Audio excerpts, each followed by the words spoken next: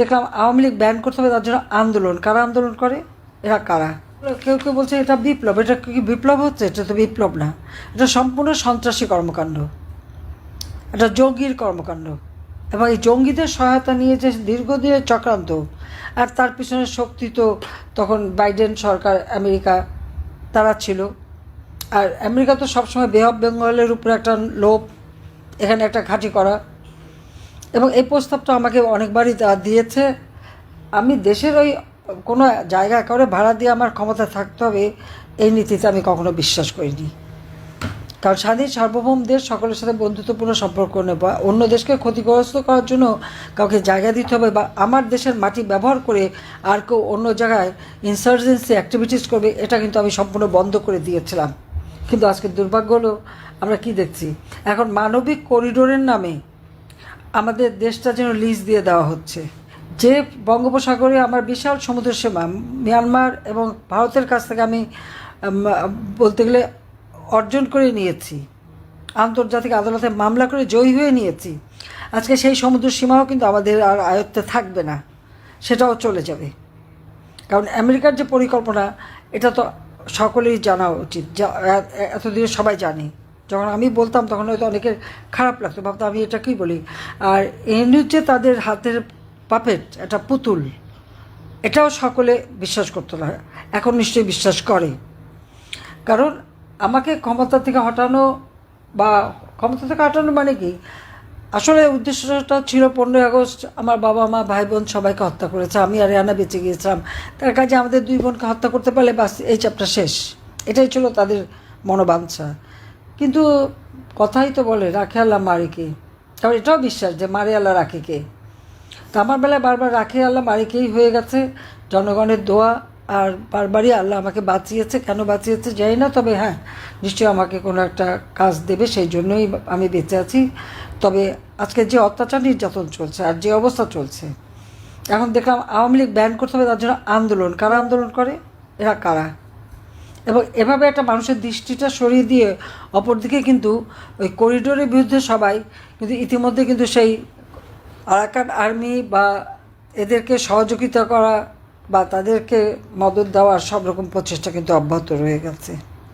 আমি ঠিক জানি না এটা করে আমাদের বাংলাদেশের লাভটা কী, দেশের মানুষের ভাগ্যটা কোথায় নিয়ে যাচ্ছে। আজকে বলছে মানবিক করিডোর, পৃথিবীর বিভিন্ন দেশে যেখানেই করিডোর হয়েছে সেখানে সেই দেশগুলির কী দশা হয়েছে সেটা সবাই একটু দেখা উচিত। আর এখন যেটা যুদ্ধ অবস্থা সৃষ্টি করতে যাচ্ছে, এতে আর কিছু হোক, হয়তো ইউনূস সাহেবের ক্ষমতায় থাকার সুযোগটা বাড়বে এবং সেই সুযোগটাই নেবে। নইলে যেখানে মিয়ানমারের জান্তার সরকার, আর সেখানে মানে তার ওখানে আরেকটা গ্রুপকে এভাবে সহযোগিতা করা, এতে বাংলাদেশের জন্য কত বড় একটা ক্ষতি হবে সেটা কি ভেবে দেখেছে? আজকে যদি জান্তা সরকার এই আরাকান আর্মির উপরে আক্রমণ শুরু করে, এয়ার অ্যাটাক করে, সেগুলি কোথায় যেয়ে পড়বে? শুধুই কি তাদের উপরে পড়বে? বাংলাদেশ ক্ষতিগ্রস্ত হবে না? বাংলাদেশকে কেন এই ধরনের ঝুঁকির মধ্যে ডক্টর ইউনূস ফেলছে সেটা আমার প্রশ্ন। কেন বাংলাদেশের জনগণের ভাগ্য নিয়ে সে সিনেমেরি খেলছে? তার তো পয়সার অভাব নাই। গ্রামীণ ব্যাংক, টেলিকমের টাকা থেকে শুরু করে সমস্ত টাকা, দরিদ্রের মাথার ঘাম পায়ে ফেলে উপার্জিত টাকা সবই তো সে নিয়েছে।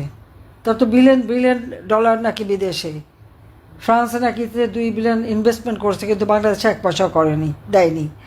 গ্রামীণ ব্যাংকে এমটি পদে চাকরি করেছে, কিন্তু গ্রামীণ ব্যাংকে কোনো দিন কোনো টাকা ডিপোজিট দেয়নি, তার কোনো টাকা ওখানে নাই, তার কোনো মানে বিনিয়োগও নাই। কিন্তু বিশ্বের কাছে একটা মিথ্যা ধোঁকাবাজি দিয়েছে যে গ্রামীণ ব্যাংকটা কি তার নিজের হাতে করা।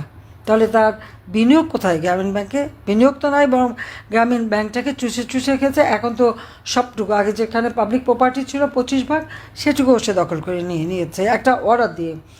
আজকে ইউনূস ক্ষমতা আসার পর আপনি যদি হিসাব করেন যে তিনি কি পেলেন আর বাংলাদেশের জনতা কী পেল। ইউনূস পেয়েছে কি আপনারা দেখেন, সেখানে সে পেয়েছে ম্যান পাওয়ার ব্যবসা, অর্থাৎ সে আদম ব্যাপারীর লাইসেন্স নিয়ে নিল ম্যান পাওয়ার ব্যবসা করার জন্য। ইউনূস সেখানে এখন ডিজিটাল ওয়ালেট, অর্থাৎ ওই যে টাকা লেনদেন বিকাশের মতো নগদের মতো সে টাকা লেনদেনের ব্যবসা, সেটা সে বাগিয়ে নিয়েছে নিজে ক্ষমতায় বসে সবার আগে। এবং তার বিরুদ্ধে এই যে গ্রামীণ ব্যাংক এবং টেলিকমিউনিকেশনের টাকা আত্মসাৎ করা, বিশেষ করে শ্রমিকদের, তার নিজের কোম্পানির শ্রমিক, তাদের টাকা মেরে খেয়েছে। কোম্পানির শ্রমিক আইনে আছে লভ্যাংশের 5% তাদের শ্রমিক কল্যাণ ফান্ডে যাবে, সেটাকে সে কোনো দিন দেয়নি। শ্রমিকরা মামলা করে, শ্রমিকের মামলায় শ্রমিক আদালতে, লেবার কোর্টে সে একজন সাজাপ্রাপ্ত আসামি, তার কিন্তু সাজা হয়েছে। হ্যাঁ, আমরা তাকে হয়তো জামিন চেয়েছে, জামিন দেওয়া হয়েছে, আপত্তি করা হয়নি, কিন্তু সে তার নোংরামিটা দেখালো। তার চেহারাটা আজকে সারা বিশ্বের কাছে উন্মুখ হয়ে গেল, যে কীভাবে উন্মুক্ত হয়ে গেল যে সে কীভাবে একটা দলকে ধ্বংস করার জন্য, একটা দেশকে ধ্বংস করার জন্য উঠে পড়ে লেগেছে, নিজের স্বার্থ চরিতার্থ করার জন্য। কী স্বার্থটা তার? এই বয়সে এসে যে এত ব্যবসা নিচ্ছে, খাবে কবে? খেতে পারে সব? সেটা আমার প্রশ্ন। আদম ব্যাপারী লাইসেন্স, ডিজিটাল ওয়ালেটের লাইসেন্স, টাকা লেনদেনের লাইসেন্স, বিশ্ববিদ্যালয় প্রতিষ্ঠার অনুমোদন, স্টারলিংকের বাণিজ্য, এলএনজি ব্যবসার কমিশন, গ্রামীণ ব্যাংকের মালিকানা, এবং 5 বছর পর্যন্ত সব ঋণ মৌকুব। আয়কর ফাঁকি দেওয়া তার অভ্যাস। 666 কোটি টাকার আয়কর, সেটাও সে ফাঁকি দিয়েছে, সেটাও দেয়নি। তার কাছে প্রায় 1100 কোটি টাকার আয়কর পাওনা, এবং তার যে কোম্পানি, 48টা কোম্পানিতে কোনো দিন একটা কোম্পানি থেকেও সে কোনো আয়কর দেয়নি, কারণ সবগুলি সে লোকসান দেখাতো আর লাভের ভাগটা চুরি করে নিয়ে যেত। যেখানে বিশ্বে অনেকে অনুদান দিয়েছে গ্রামীণ ব্যাংকের জন্য, সেটাকে গ্রামীণ ব্যাংকে কোনো দিন যায়নি। একটা কোম্পানি খুলেছে আর সেখান থেকে টাকা কামাই করে সে টাকা সে নিয়ে চলে গেছে। তো এটাই প্রশ্ন, যে আর জনগণকে কী দিয়েছে? তিনি তো ব্যবসা বাড়ালেন, তার আয়কর দিতে হবে না, সেটা তিনি মাফ করিয়ে নিলেন। তার বিরুদ্ধে 5টা দুর্নীতির মামলা, সেই মামলা সে প্রত্যাহার করে নিল। আয়কর দেয়নি, সেই মামলা, রায়টা হওয়ার কথা 6 আগস্ট, সেটাও হচ্ছে প্রত্যাহার করে নিল। তার যেটুকু গোছানো সে সবই করে ফেলল। আর জনগণকে কী দিল? সারা দেশের মানুষকে চরমভাবে সে অশান্তি দিয়ে রাখছে। ডাকাতি, চুরি, ছিনতাই প্রতিদিনের ব্যাপার। মহিলারা বাইরে বেরোতে ভয় পায়, কারণ সে তো ওই জঙ্গি এবং সন্ত্রাস করেই তো ক্ষমতা এসেছে। এখানে কোনো বিপ্লবও হয়নি, এখানে কোনো অভ্যুত্থানের। আর সেটা তো ডক্টর ইউনূস নিজেও বলেছে। বিল ক্লিন্টন ফাউন্ডেশনের অনুষ্ঠানে যে বললো, তো এটা ছাত্ররা জানতো না, এটা জনগণও জানতো না, কোনো নেতা ছিল না। তার মেটিকুলাস ডিজাইনের মাস্টার মাইন্ড দ্বারা এই আন্দোলন করে সে শেখ হাসিনাকে ক্ষমতা থেকে সরিয়ে ক্ষমতা দখল করেছে। কি সম্মানের ব্যাপার! সে ডাকাতি করে, সন্ত্রাস করে, ক্ষমতা দখল করে উচ্চস্বরে কথা বলে। লজ্জা শরম বলেও তো একটা কথা থাকে। আমি জিজ্ঞেস করি, ডক্টর ইউনূস সাহেব, আপনার যে এত বড় বড় কথা, এত বিদেশি বন্ধু, তা আপনি মুখ দেখান কীভাবে? আপনি তো সন্ত্রাস করে ক্ষমতা দখল করেছেন, জনগণের ম্যান্ডেট নিয়ে আসেননি, সাংবিধানিকভাবে ক্ষমতা দখল করেননি বা আসেননি, ভোট করে জিতে আসেননি, এসেছেন জঙ্গিদের সহায়তায়। তার মানে বাংলাদেশটা এখন জঙ্গির দেশ, সন্ত্রাসের দেশে পরিণত করেছে। সাধারণ মানুষের জীবনের শান্তি, নিরাপত্তা সব কেড়ে নিয়েছে। কাজে আর এখন এটা তারই মেটিকুলাস ডিজাইনের অংশ। কী হলো? এই সমন্বয়, অমুক দল, সমুক দল, সব যে, এবং শিবির তো একটা সন্ত্রাসী, তো আমেরিকার কাছেই তো তারা সন্ত্রাসী দল হিসেবে চিহ্নিত। আজকে এরা আন্দোলন এবং সমর্থন দিচ্ছে। আওয়ামী লীগ ব্যান করতে হবে, যুবলীগ ব্যান করতে হবে, স্বেচ্ছাসেবক লীগ ব্যান করতে হবে, আর ছাত্রলীগ ব্যান করেছে।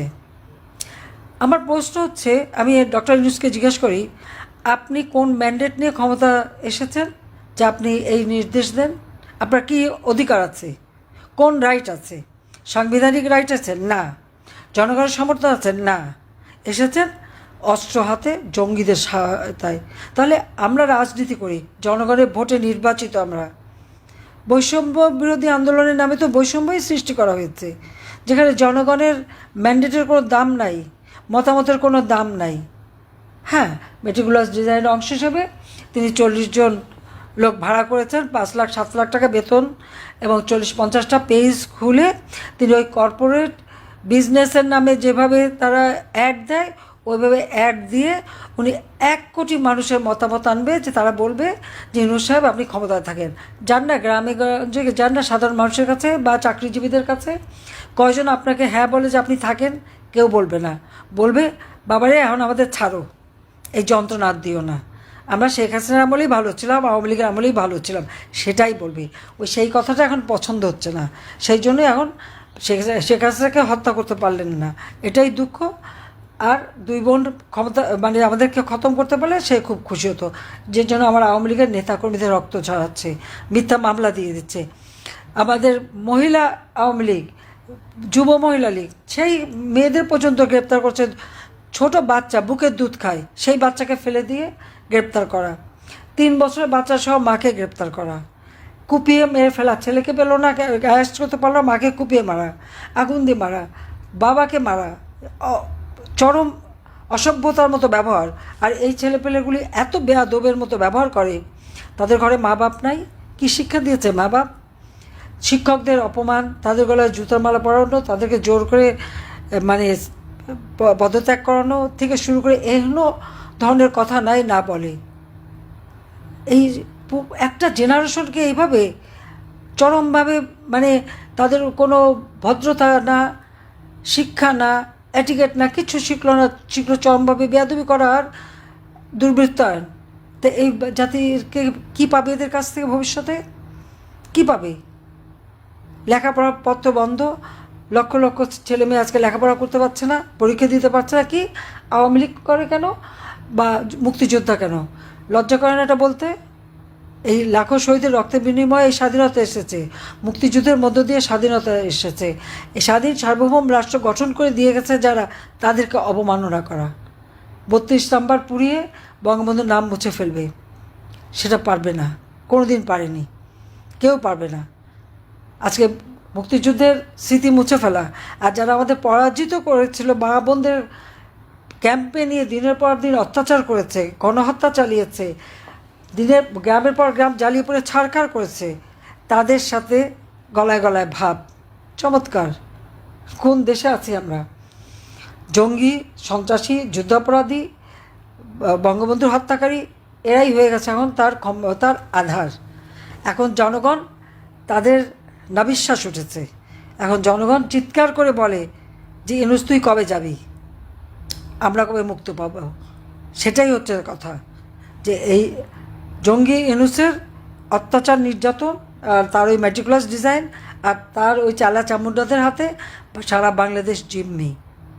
কিন্তু জনগণের কাছ থেকে বিচ্ছিন্ন করতে চাই, সে বিচ্ছিন্ন করতে পারবে না। আমি জনগণের জন্যই আছি, বাবা মা ভাই সব হারিয়েছিলাম, এই বাংলাদেশের মানুষকে আমি আপন করে নিয়েছি। এই বাংলাদেশের মানুষের মাঝে আমি খুঁজে পেয়েছি আমার স্নেহ, ভাইয়ের স্নেহ, মায়ের স্নেহ, বাবার স্নেহ, তাদেরকে আমি আপন করে নিয়েছি। কাজে তাদের জন্য আমার জীবনটাকে উৎসর্গ করেছি।